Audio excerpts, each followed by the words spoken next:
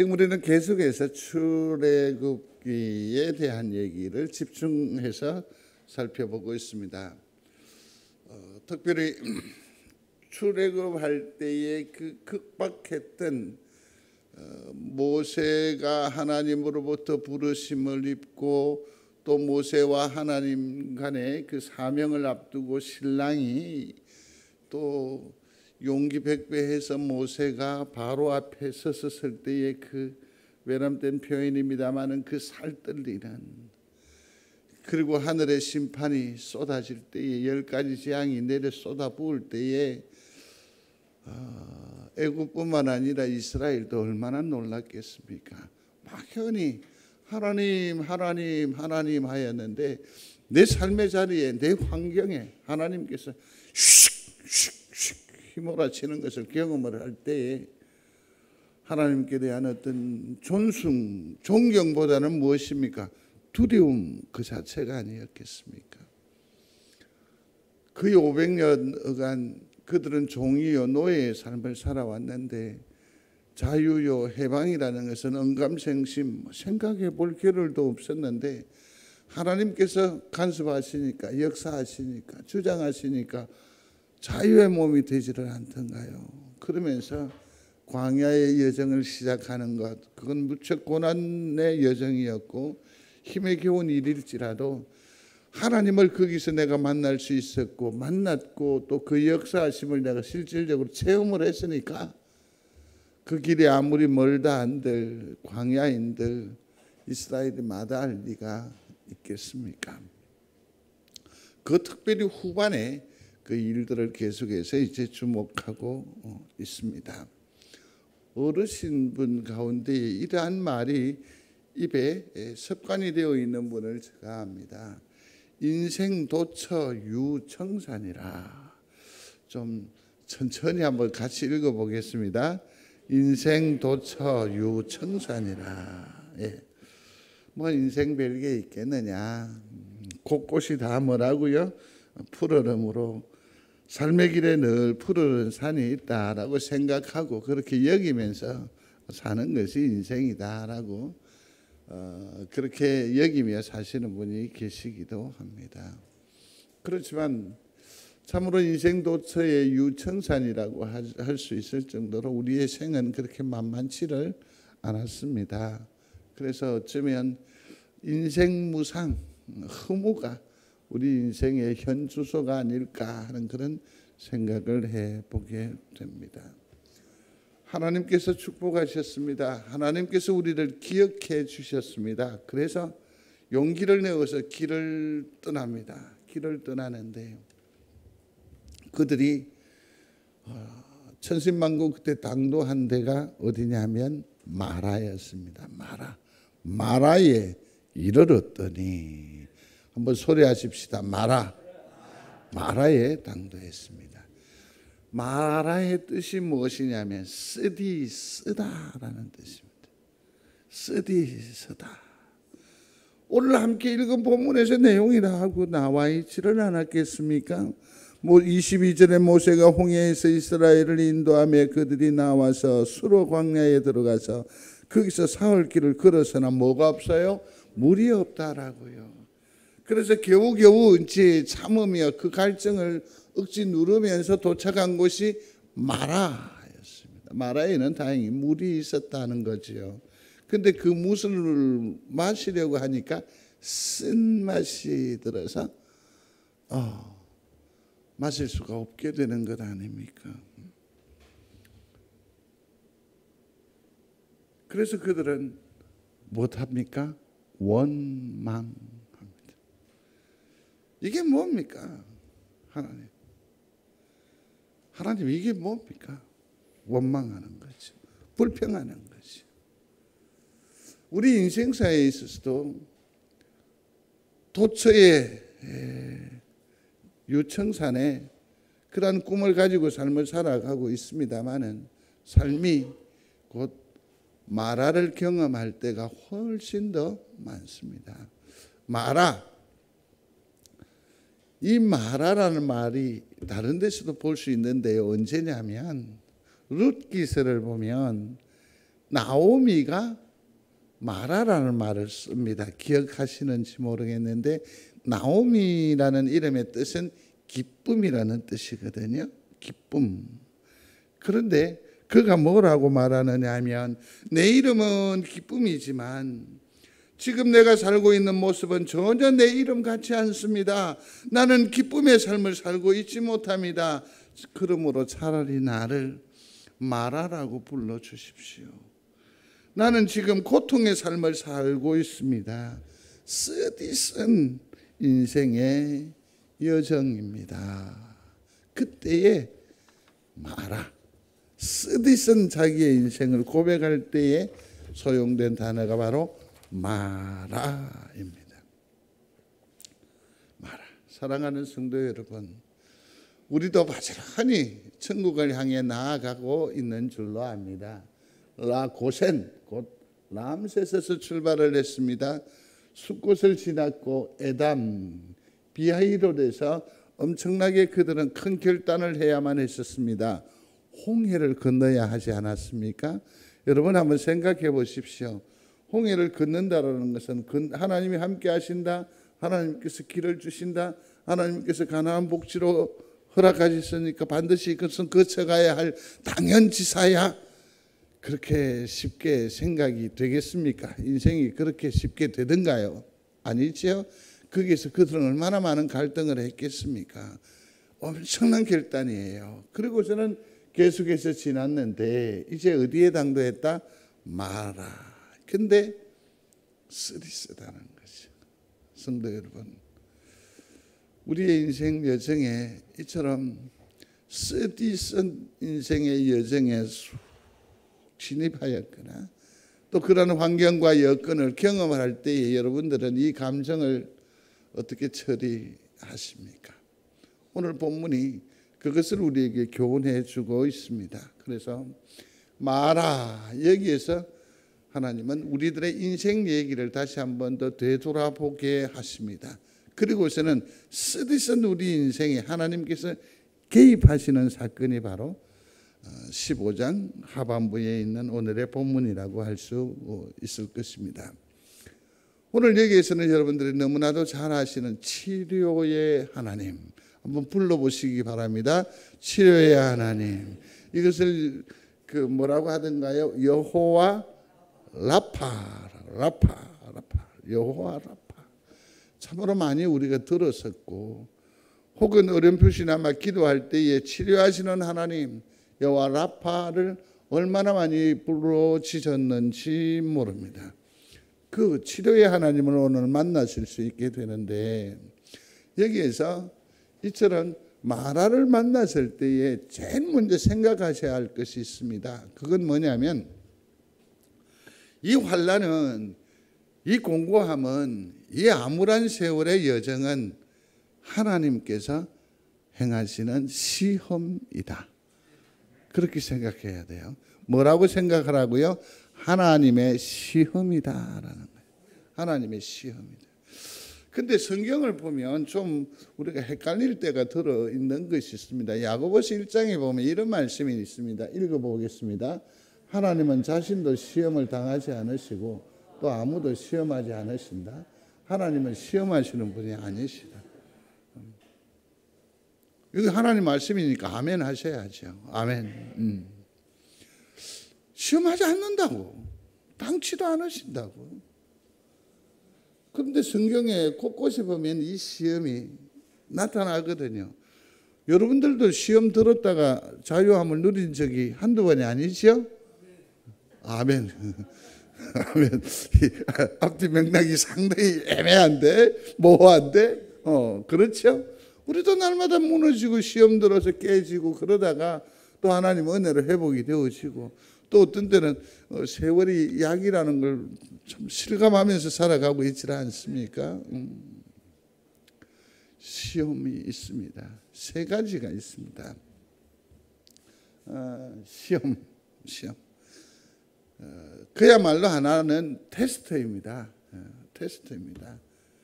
사실은 학생이 시험이 없으면 행복할 것 같지만 시험이 없으면 자기 성장을 볼 수가 없습니다. 그 학업의 진보를 누구든지 확인할 수도 없고 장담할 수도 없습니다. 이 시험이라는 것은 반드시 필요하지요. 두 번째 또 시험이라는 것은 뭐라고 설명을 드리는 것이 좋을까요? 목적이 있는 겁니다. 다시 말씀을 드리면 오늘 제약회사가 신약을 개발했어요. 신약을 개발했는데 이것이 우리가 일반적으로 보편적으로 먹으려면 임상이라는 과정을 거쳐야 돼요. 실험하는 그 과정을 거쳐야 돼요. 그래서 최소한 뭐 몇만 명 또 몇 회에 걸쳐서 제약회사에 계시는 분이 계시는데 내가 이런 소리를 해서 그냥 대충 넘어갈게요. 일종의 일정한 그 임상의 과정이 필요하거든요. 근데 그 얘기는 분명한 목적이 뭡니까? 인류애죠. 사랑하기 위함이고 병 치유함을 위한 일종의 임상을 시험이라는 표현으로 쓸 수 있습니다. 또 하나는 유혹이죠. 유혹.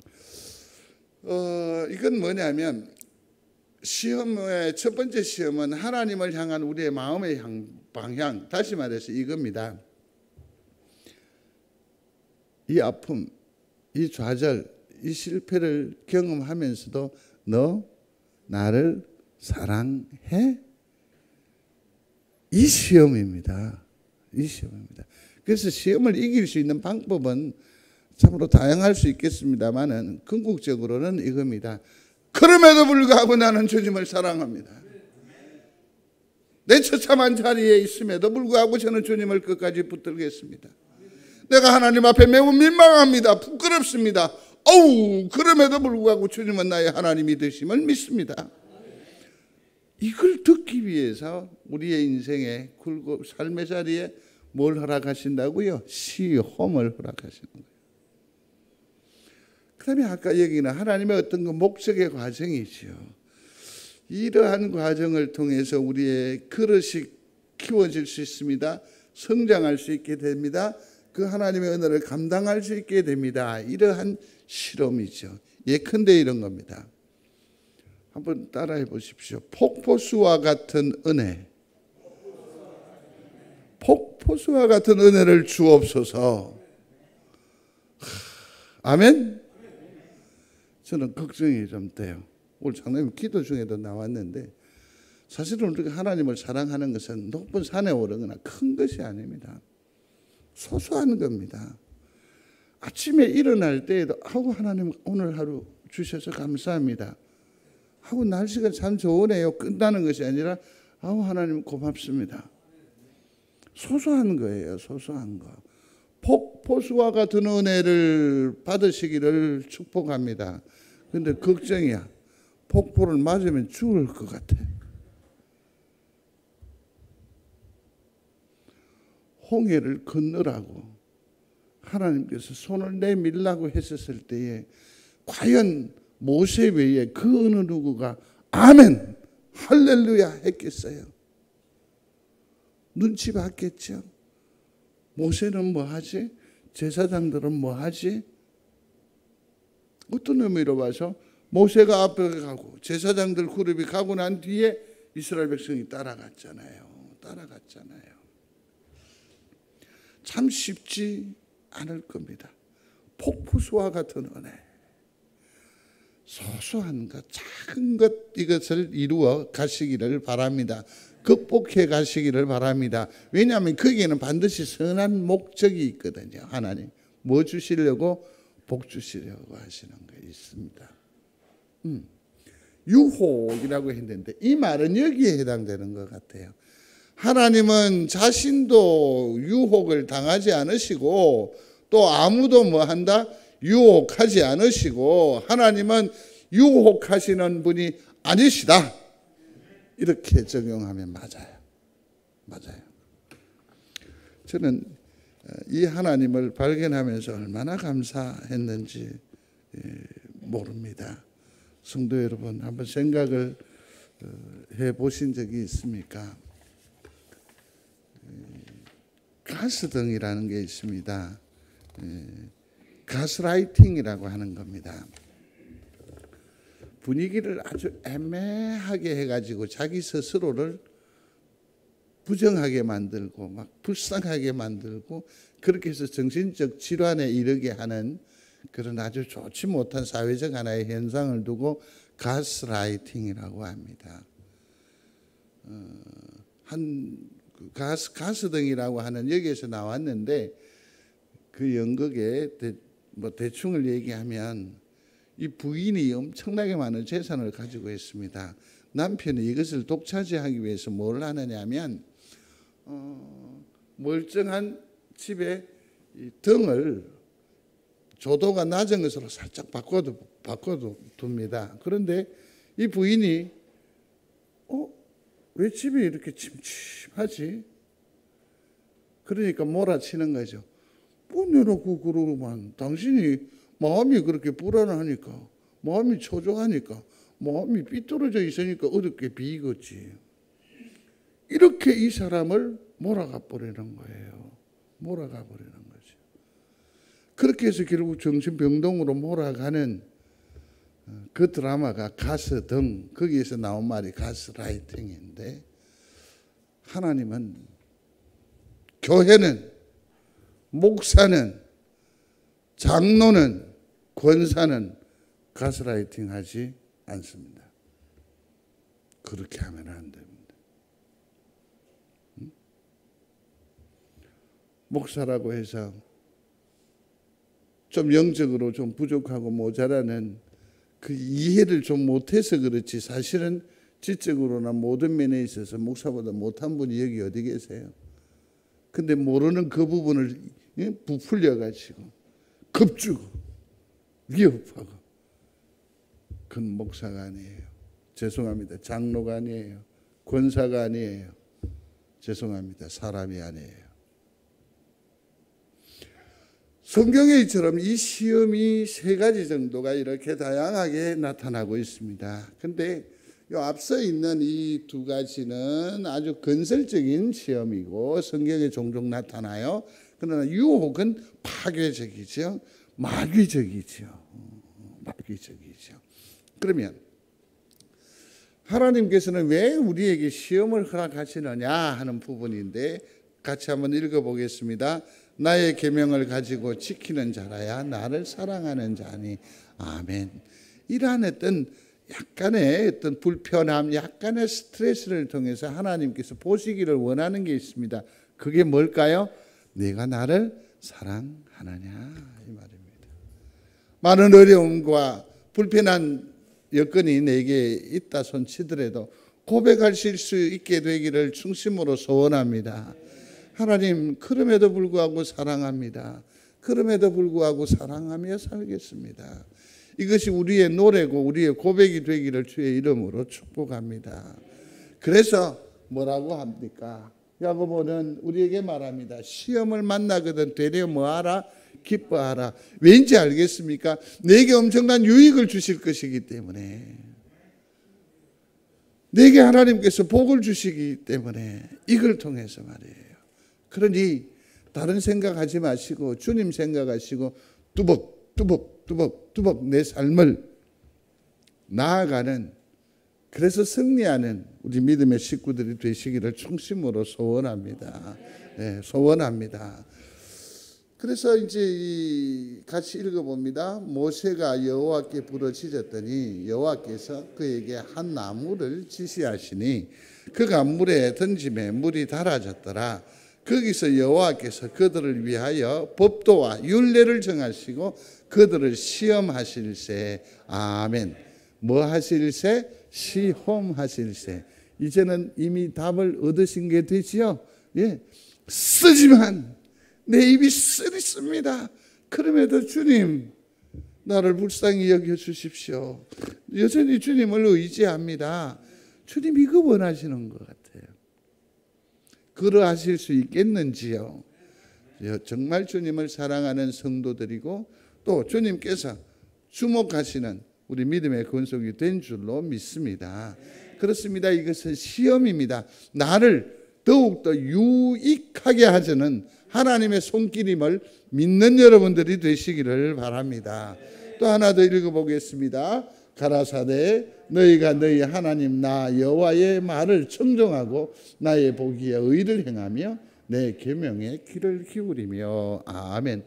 시험을 이기는 비결이 여기에 있습니다. 보통 보면 시험에 들게 되면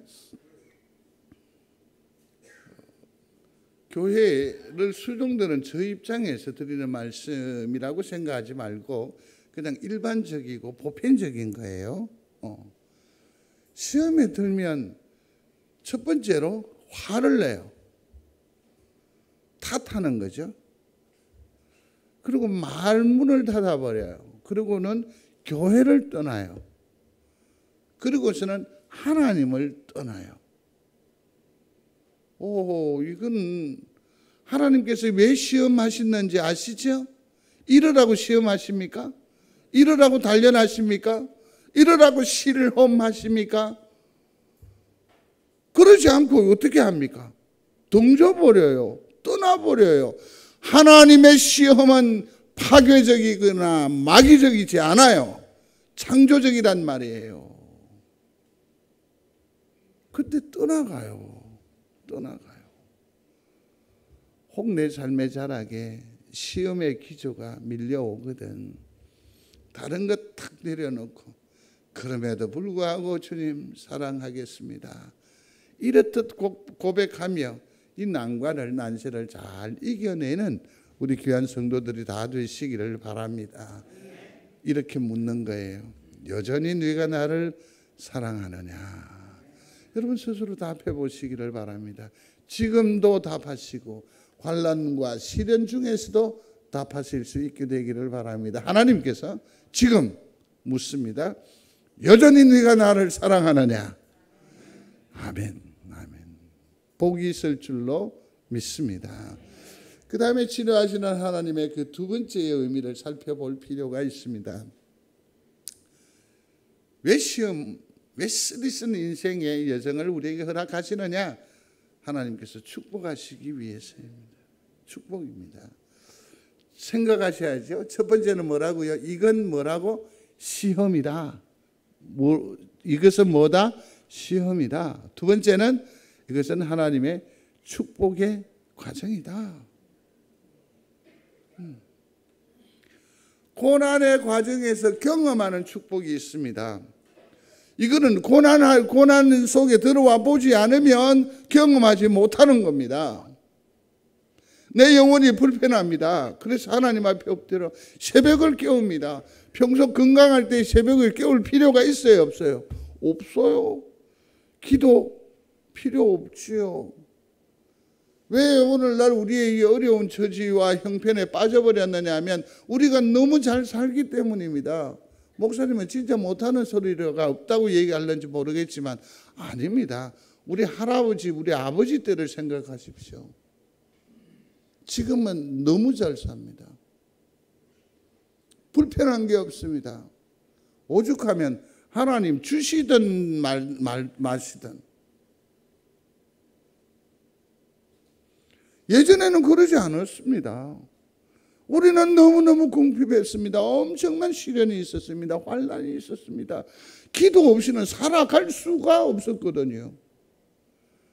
고통과 환난이 우리에게 주는 유익이 얼마나 큰지 아십니까? 가난이 우리를 얼마나 청량하게 하고 열심히 삶을 살아가게 하는지 아십니까? 가난한 자는 죄 먹고 죽으래도 뭐 할 돈 없어요. 돈이 있으니까, 여유 있으니까 나 같은 사람이 어떻게 마약을 살 수 있겠어?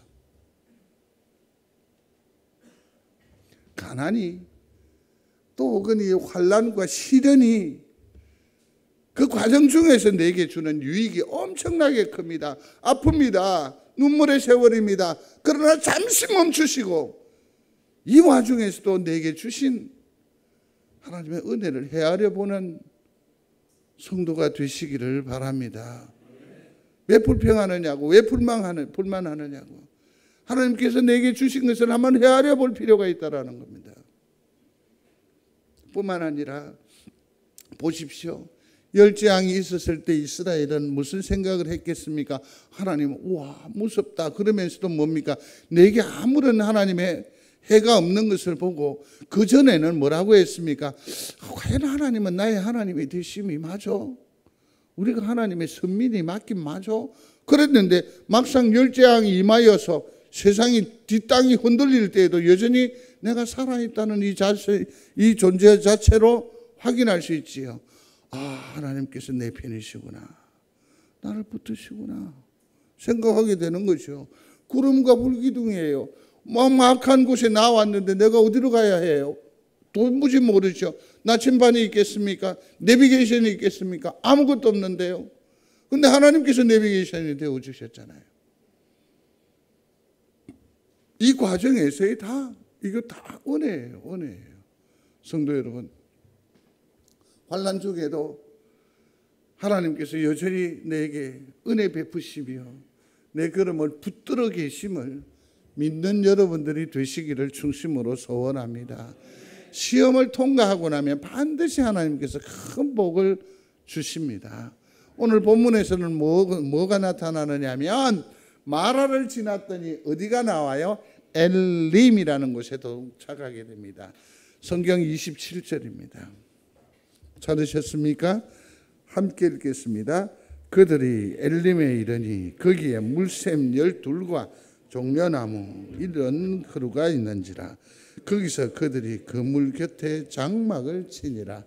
아멘.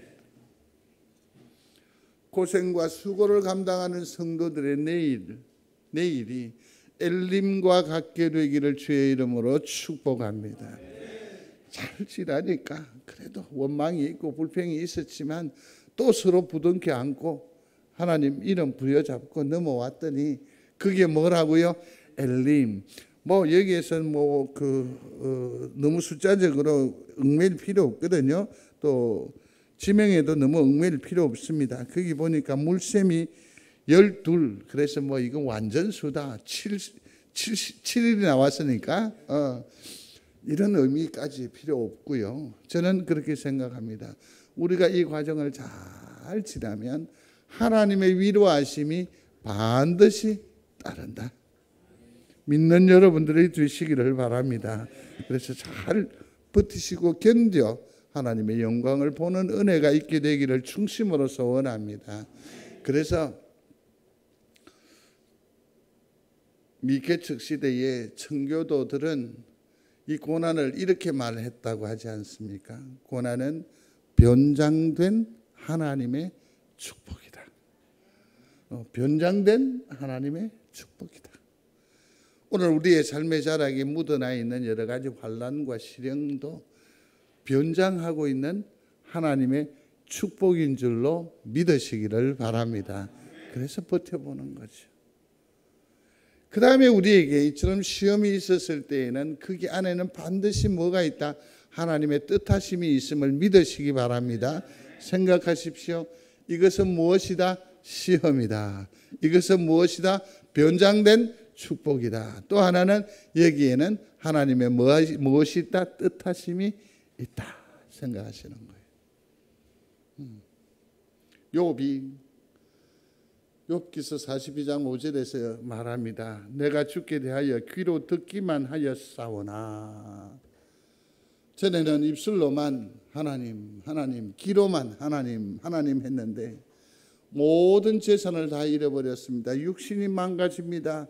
아내마저도 저주하고 죽어라고 도망가 버렸습니다. 애지중지하던 자식들을 다 잃어버렸습니다. 종들도 한꺼번에 다 날려버렸습니다. 모든 친구들과 지인들이 와서 위한다고 말하면서 그냥 가슴에 상처만 벅벅벅벅벅벅. 이 환난, 이 시련, 이 아픔, 이 고통, 빨가 벗겨진 그러한 이 시련을 통해서 그는 이것을 보게 되지요. 발견하게 됐지요.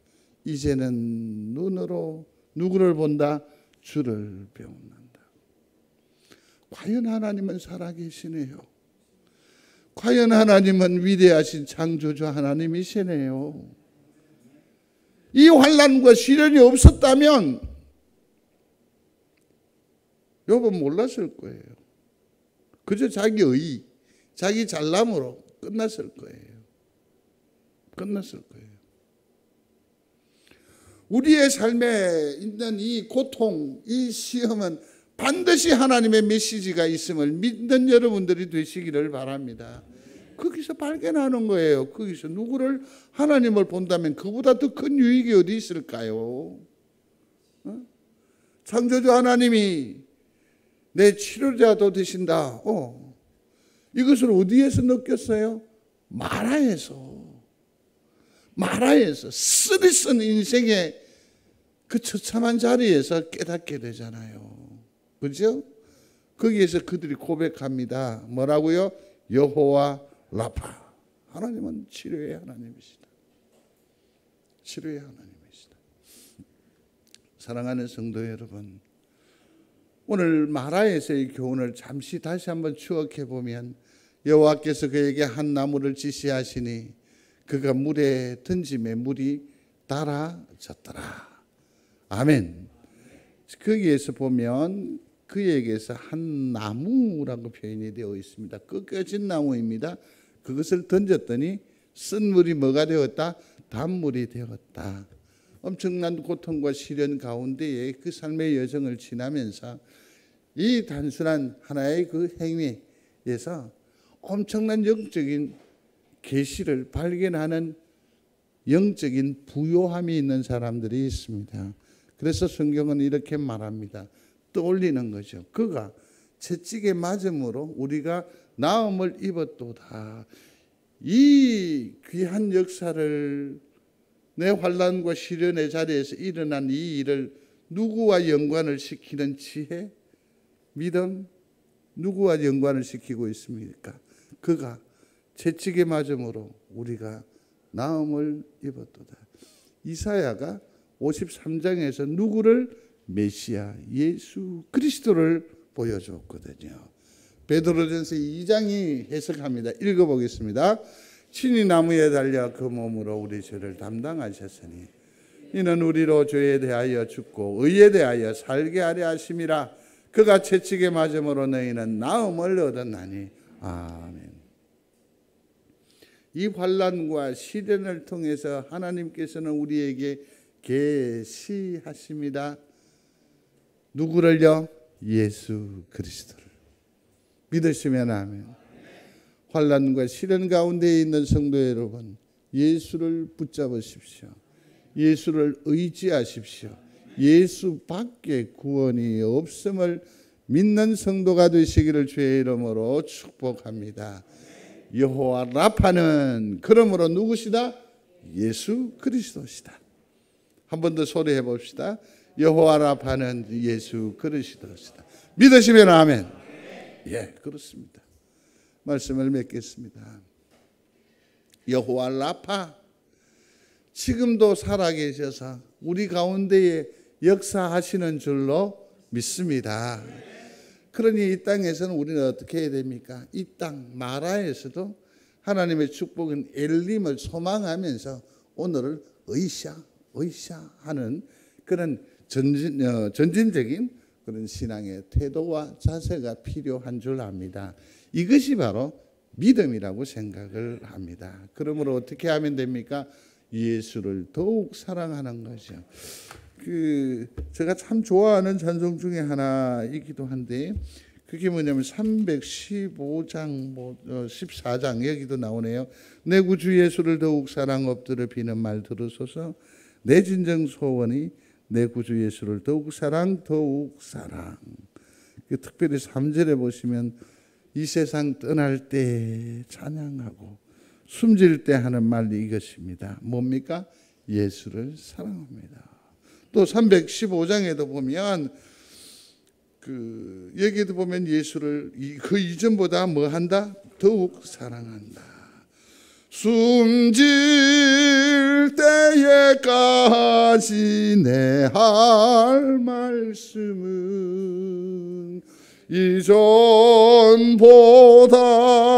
이전보다도 사랑합니다.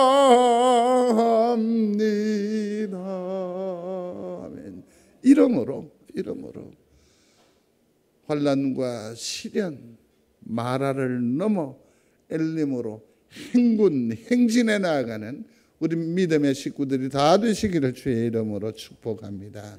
우리 잠시 함께 기도합니다. 주님 뜻대로 살게 하옵소서. 저를 고쳐주시옵소서. 또 새롭게 하옵소서. 예수를 더욱 사랑하게 하여 주옵소서. 한번 기도하겠습니다. 고마우신 아버지 하나님, 환난과 시련 가운데에 우리의 삶을 이루어가고 있습니다. 주님, 이런 와중에도 주님 생각하게 하옵소서. 주님의 뜻을 묻는 저희들 되게 하시고, 주님께서 내 삶의 자락에 허락하신 그 메시지를, 계시를, 뜻하심을 발견할 수 있도록 은혜 더하여 주옵소서. 그럼에도 불구하고 우리는 고백하기를 원합니다.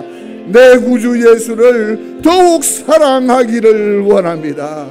주님 사랑합니다. 사랑합니다. 사랑합니다. 사랑합니다. 눈물의 골짜기 이거나 가시밭길을 긋듯 하더라도 우리 속에 예수가 살아계심을 믿게 하옵소서. 예수를 사랑합니다 고백하게 하옵소서. 그러므로 엘림의 축복을 속히 누려 사는 우리 믿음의 사람들 다 되도록 은혜 더하여 주옵소서. 예수님 이름으로 기도드리옵나이다. 아멘.